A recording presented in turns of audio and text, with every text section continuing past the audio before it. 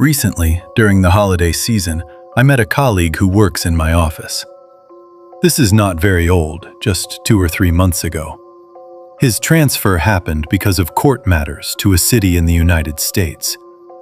The main office was in another nearby U.S. city. He went there, and instead of living in official accommodation, he rented a house in a civilian area. He left his family behind and went alone, so he did not need a big house. He rented a place in a very old area of the city. Old construction, small houses built long ago. Not new construction. Some owners had built 1 or 2 rooms upstairs and rented them out. Through a property agent, he got a house where the owners lived downstairs, and upstairs there was 1 room with a small open terrace area. He started living there alone. Every day he went to duty, came back in the evening, talked on the phone, and slept. When he came downstairs, there was a small grocery store in front of the house. He would go there to buy bread and small items. One day he told the shopkeeper, "I have recently moved into the house across." The shopkeeper made a strange face and stayed silent. After 2 days, while going for prayer, someone asked him, "You are living in that upstairs room? How many days has it been?" He said, 10 or 15 days. They looked surprised but did not say anything clearly. He said at night he had a habit of using his mobile phone. He did not watch random videos. He talked to his family and then watched videos related to homeopathic medicine because he had studied a course in it. He also played recitation from the Bible with translation at night. He said one night before sleeping, he played verses and left it playing for a long time. While it was playing, someone entered his room. He said, "I was awake. My eyes were open. I saw him.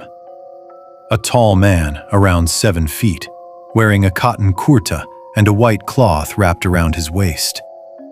He had a large traditional turban on his head. He was so tall that his turban almost touched the ceiling fan. The man walked toward his bed. It was a simple, narrow, wooden bed. He stepped over the bed, placing one leg on one side and the other leg on the other side, standing above him. His head was almost touching the ceiling. He looked strong, like a powerful man, but older in age. He said this kind of incident had happened to him before, so he did not get scared. He picked up his phone and increased the volume of the recitation. The sound of verses filled the room. The figure reacted as if uncomfortable. He said, "The eyes of that man." The eyeballs came out of their sockets and hung down several inches. They were swinging. He kept looking at him with open eyes, but did not speak a word. Then he greeted him and said, "Who are you? Please introduce yourself." As soon as he said this, the figure straightened up. The eyes went back inside. Without turning around, the figure stepped backward, away from the bed toward the door. At the door, he turned his head slightly and said, "We saved you." Then he went outside. He said he stayed awake the entire night. In the morning, he prayed and continued his routine.